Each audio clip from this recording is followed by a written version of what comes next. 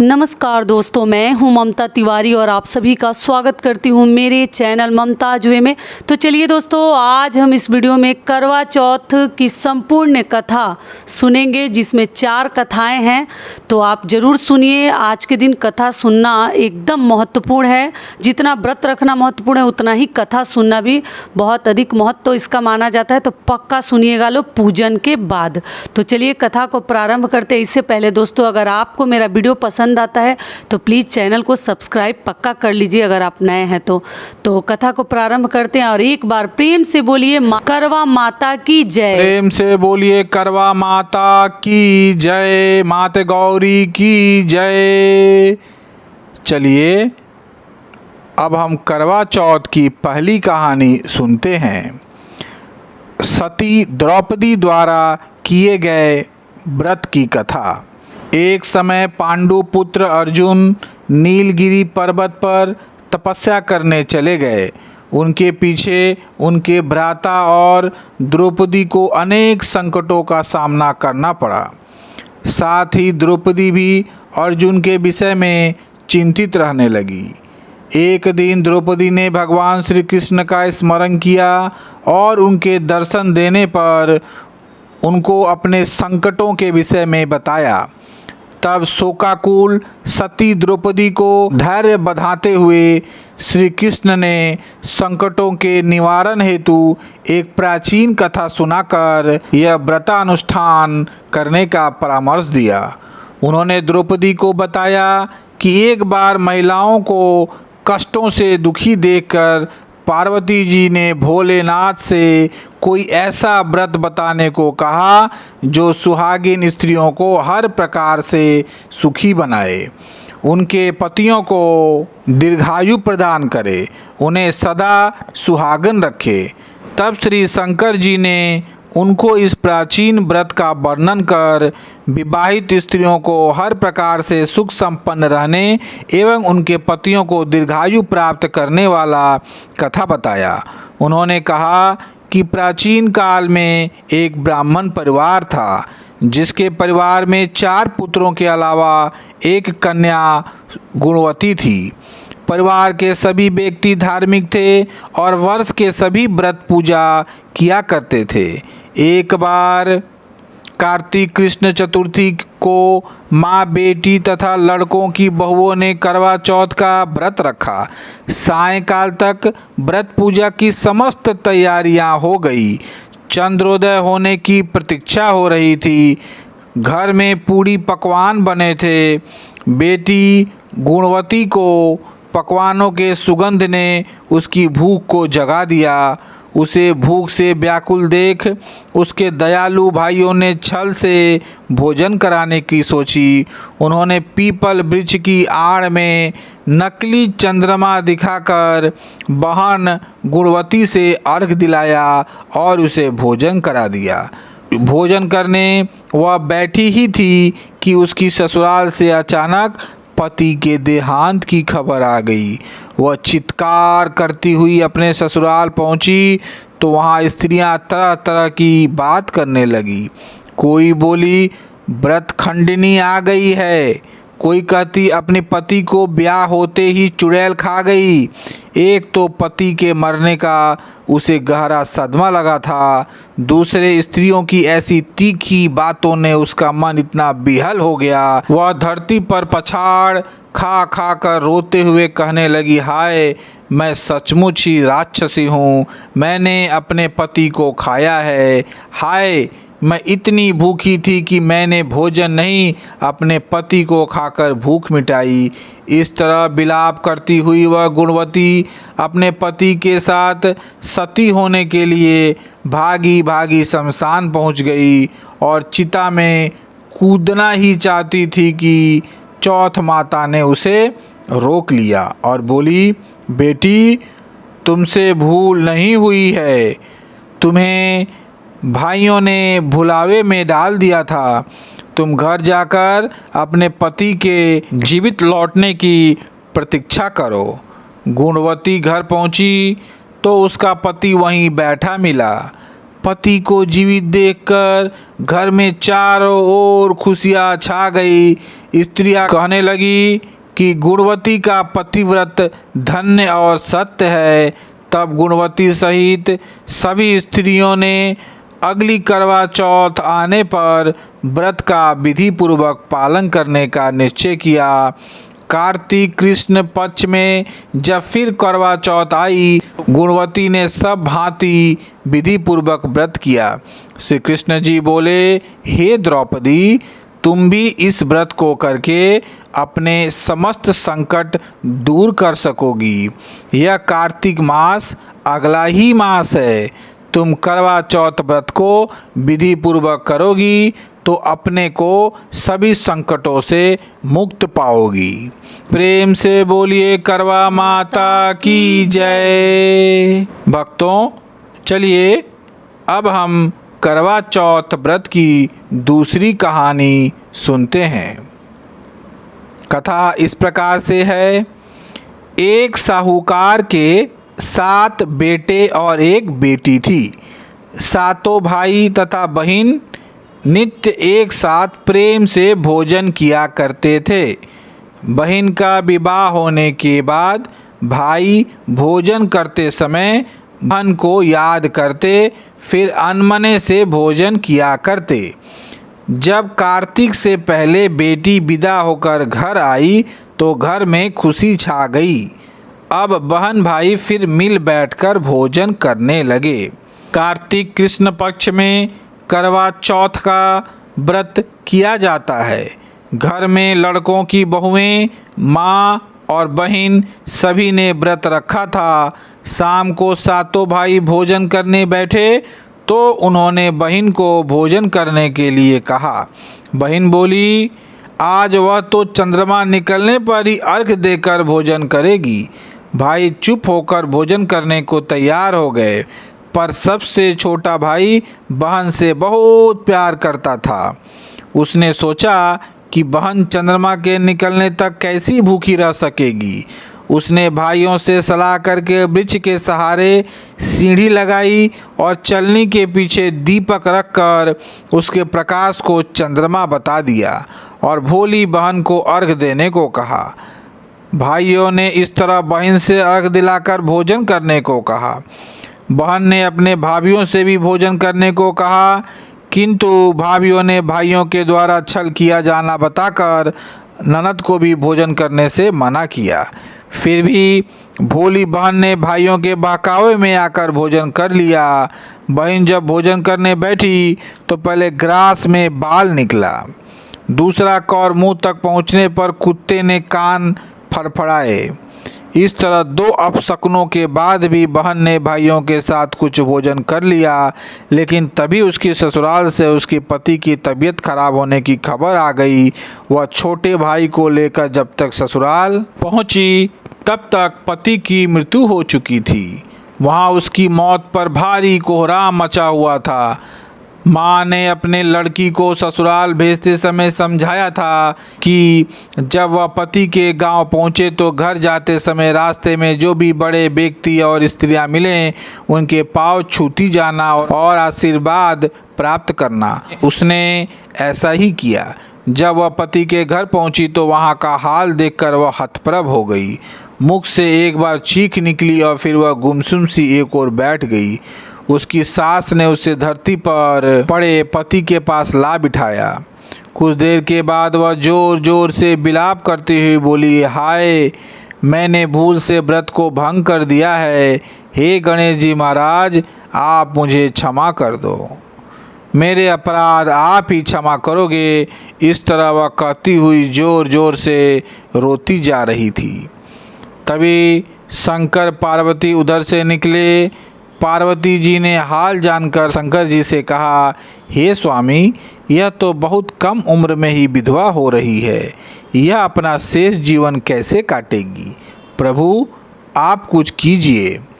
शंकर भगवान बोले, प्रिय, आपका कहना सही है, किंतु यह अपराध तो गणेश जी के प्रति हुआ है, वही इसे संभालेंगे। उन्होंने गणेश जी से उसे सुहागिन बने रहने के लिए कुछ करने को कहा। जब गणेश जी ने व्रत खंडन करने की उसकी भूल को क्षमा कर दिया और कहा कि वह अब अगली करवा चौथ को व्रत करने में भूल न करे, तब उसका पति राम राम कहकर उठ बैठा और बोला, मैं तो आज बहुत सोया हूँ। पति के उठते ही घर में आनंद छा गया। तब बहू ने वर्ष के सभी चौथ माता के व्रत किए। सभी चौथ माताओं ने कार्तिक की सबसे बड़ी करवा चौथ का व्रत करके अखंड सौभाग्य पाने की बात कही। तब उसने कार्तिक आने पर करवा चौथ का व्रत विधि पूर्वक पूर्ण किया और अपने पति सहित सुख से रहने लगी। अब वह प्रतिवर्ष करवा चौथ का व्रत हंसी खुशी किया करती थी। हे करवा चौथ माता, आपने जिस प्रकार साहूकार की बेटी को व्रत करने पर उसके पति को दीर्घायु प्रदान कर उसे सौभाग्य दिया, उसी तरह प्रसन्न होकर सभी व्रत करने वाली तथा कथा को पढ़ने सुनने वाली देवियों को भी उत्तम और अखंड सौभाग्य प्रदान करें। प्रेम से बोलिए करवा माता की जय, माता गौरी की जय, गणेश भगवान की जय। भक्तों, चलिए अब हम करवा चौथ व्रत की तीसरी कथा सुनते हैं। प्राचीन समय में एक पतिव्रता स्त्री थी। उसका नाम करवा था। वह अपने पति की सेवा करने में कोई कमी नहीं छोड़ती थी। एक बार कार्तिक कृष्ण पक्ष की चतुर्थी के दिन उसका पति जब नदी में स्नान कर रहा था तो एक मगरमच्छ उसका पैर पकड़कर नदी में ले जाने लगा। तब पति जोर जोर से करवा करवा कहकर पत्नी को मदद के लिए पुकारने लगा। पत्नी ने यह सब देखा तो उसने अपने साड़ी से एक सूत खींचकर मगर की ओर फेंक दिया। वह उस सूत के धागे में बंधकर करवा के पति को आगे नहीं ले जा सका। करवा ने फिर धर्मराज को पुकारा। उस पतिव्रता की पुकार पर धर्मराज वहां उपस्थित हुए और बोले, हे पतिव्रते, कहो क्या चाहती हो। करवा बोली, महाराज, आप धर्मराज कहलाते हो और यहाँ अधर्म हो रहा है। देखो, मेरा पति नदी में स्नान कर रहा था तो इस मगरमच्छ ने उसे पकड़ लिया है। आप उसे मारकर मेरे पति को बचाएं। यमराज बोले, हे पुत्री, मगरमच्छ की आयु अभी मरने की नहीं हुई है। अभी इसकी आयु शेष है, इसलिए मैं इसको मृत्यु नहीं दे सकता। करवा बोली, भगवान, आप धर्मराज हैं। आपका धर्म दुष्टों को दंड देने का है और आप ऐसा क्यों नहीं करते। धर्मराज उसकी बात सुनकर मौन थे। तब करवा फिर बोली, तो अब मैं ही मगरमच्छ को नदी सहित नष्ट कर देती हूँ। यमराज बोले, ऐसा मत करो पतिव्रते। नदी के नष्ट होने से तो सभी प्राणी दुखी हो जाएंगे। ऐसा कहकर उन्होंने उसके पति को छुड़ाकर मगर को सीधा यमपुरी भेज दिया और कहा, देवी, आज कार्तिक कृष्ण पक्ष की चतुर्थी है। श्री गणेश जी की पूजा का दिन है। तुम्हारे करवा नाम से यह गणेश चतुर्थी प्रसिद्ध होगी। इस दिन जो सुहागिनें अपने पति को दीर्घायु के लिए चंद्रोदय होने पर अर्घ देकर पूजा करेंगी, उनकी इस व्रत के प्रभाव से समस्त मनोकामनाएं पूर्ण होगी। आज तुम्हारा पतिव्रत धर्म भी धन्य हुआ जो तुमने अपने पति के प्राण बचाए। उसी समय से यह करवा चौथ व्रत पतिव्रताओं से प्रसिद्ध हुआ है। हे चौथ माता, जैसे पुण्य फल पतिव्रता करवा को आपने अपनी कृपा से प्रदान किया, उसी तरह समस्त पतिव्रताओं को उनके करवा चौथ व्रत का फल प्रदान करें। उनके पतियों को दीर्घायु एवं सुख प्राप्त कराएं। प्रेम से बोलिए करवा माता की जय। करवा चौथ व्रत की चौथी कहानी, बंडा भैया की कथा। एक वणिक परिवार में 7 बेटों की बहुएं थी। छहों बहुओं के पीहर वाले बहुत धनी थे और भरे पूरे परिवार से थे। छोटी सातवीं बहू के परिवार में कोई भाई बहन और नहीं था तथा वे बहुत गरीब भी थे। इस कारण से छहों बहुओं के पीहर से बहुत सा दान दहेज आता था और उसके पश्चात भी उसके भाई जब तब बहुत सा सामान भी लाते रहते थे। इस तरह परिवार में इन 6 बहुओं का बड़ा मान सम्मान था। छोटी बहू घर का सारा काम काज करती थी, लेकिन सभी उसकी बुराई करते थे। प्यार उसके सास ससुर भी नहीं करते थे और उसे खड़ी खोटी सुनाते रहते थे। एक दिन छोटी बहू घर से अकेली निकल पड़ी और बियावान जंगल में जाकर जोर जोर से रोने लगी। आज करवा चौथ व्रत का दिन था। उसकी जेठानियों के घर से करवा चौथ व्रत के लिए उनके भाई करवा और सौभाग्य की सामग्री की पिटारियाँ लेकर आए थे। छोटी बहू के घर में कौन था जो उसके लिए कुछ लाता? इसी से वह दुखी होकर जंगल में रोती हुई विचरने लगी। एक नाग उसके रोने को सुन रहा था। वह अपने बिल में से निकलकर उसके सामने आया और मनुष्यों की बोली में पूछा, बहन तुम क्यों रो रही हो? आज तो करवा चौथ व्रत का दिन है, हंसी खुशी व्रत करो। छोटी बहू पहले तो नाग को देखकर डर गई, फिर साहस करके बोली, आज करवा चौथ व्रत का दिन है। सब बहुओं के भाई आज करवा और बहुत सा सामान लेकर आए हैं। मेरे पीहर में तो कोई भी नहीं है जो मेरे लिए करवा और सामान लाता। काश मेरा भी कोई भाई होता तो मेरे लिए करवा लाता। यह सुन नाग को दया आ गई और उसने कहा, बेटी तुम अपने घर जाओ, शायद तुम्हारा कोई मुँह बोला भाई घर पर करवा लेकर आए। यह सुन छोटी बहू घर आकर संतोष से अपने कामों में लग गई। कुछ देर के बाद एक मनुष्य आया और छोटी बहू की सास से बोला, मैं तुम्हारी छोटी बहू का भाई हूँ। उसके बचपन में ही मैं बाहर जाकर रहने लगा था, अब घर आया हूँ। आज करवा चौथ है, मैं उसके लिए करवा और सुहाग पिटारी तथा कपड़ा लाया हूँ। सास ससुर और सभी बहुएं उनके लाए हुए बहुमूल्य सामान को आंखें फाड़ फाड़ कर देखने लगी। वाह, इतना ज़्यादा और बेशकीमती सामान! छोटी बहू ने प्रसन्न होकर अपने भाई का सत्कार किया और सास ससुर ने भी उसको प्रेम से भोजन आदि कराकर विश्राम करने को कहा। करवा चौथ का व्रत हंसी खुशी हो गया। अगले दिन छोटी बहू का भाई उसकी सास से बोला, माताजी मैं बहन को कुछ दिन घर पर ले जाकर रखूँगा, आप इसे मेरे साथ भेज दें। सास ने उसे प्रसन्नतापूर्वक उस भाई के साथ भेज दिया। वह मनुष्य रूप में नागों का राजा था। वह उसे ससुराल से अपने महल में लेकर आया और बोला, बहन तुम जितना दिन रह सको यहाँ हंसी खुशी रहो, अपनी इच्छा अनुसार खाओ पियो और सारे महल में मर्जी से रहो, वहाँ घूमो, लेकिन यह ख्याल रखना कि सामने वाली नाद का ढक्कन उठाकर कुछ नहीं देखना।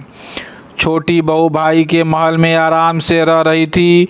एक दिन जब भाई कहीं गया था तो उसने नाद का ढक्कन उठाकर देखने का विचार किया। उसने सूने महल में नाद के ढक्कन को उठाया तो उसे उसमें नाग के बच्चे इधर उधर घूमते मिले। जब उसे किसी के आने का आभास हुआ तो उसने जल्दी से उस ढक्कन को रख दिया। जल्दी में ढक्कन रखने से एक नाग के बच्चे की पूंछ पर ढक्कन पड़ गया और उसकी पूंछ कट गई।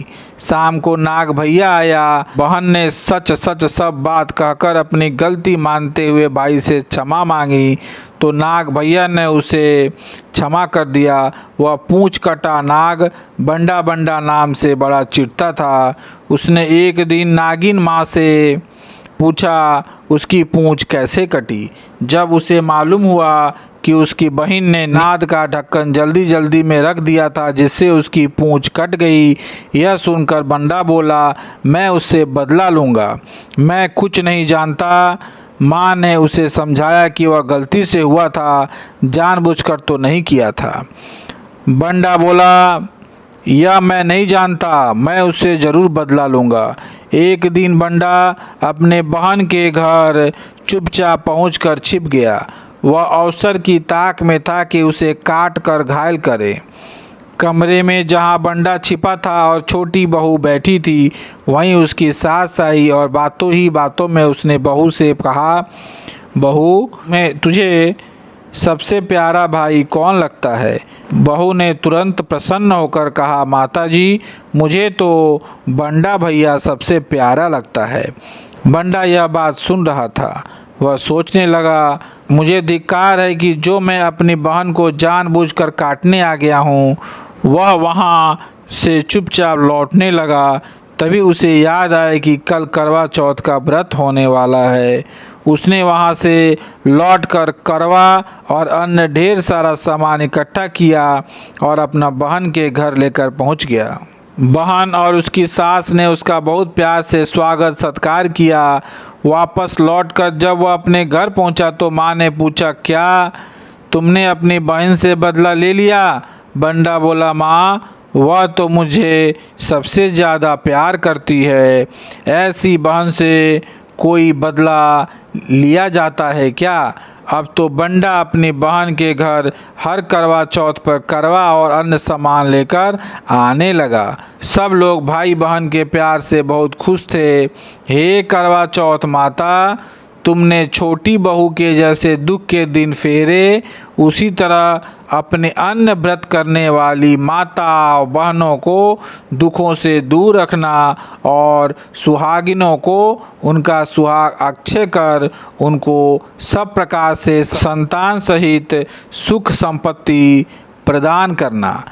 प्रेम से बोलिए करवा माता की जय। इस प्रकार भक्तों, करवा चौथ व्रत की संपूर्ण कथा समाप्त हुई। आप सभी को करवा चौथ की ढेर सारी शुभकामनाएं। और अगर दोस्तों आप लोगों को कार्तिक मास की कहानियाँ सुननी है तो आप ममता की कहानियाँ चैनल पे सर्च कर सकते हैं, चेकआउट कर सकते हैं। मैं प्रतिदिन कहानियाँ डालती हूँ कार्तिक स्नान की। ठीक है, धन्यवाद।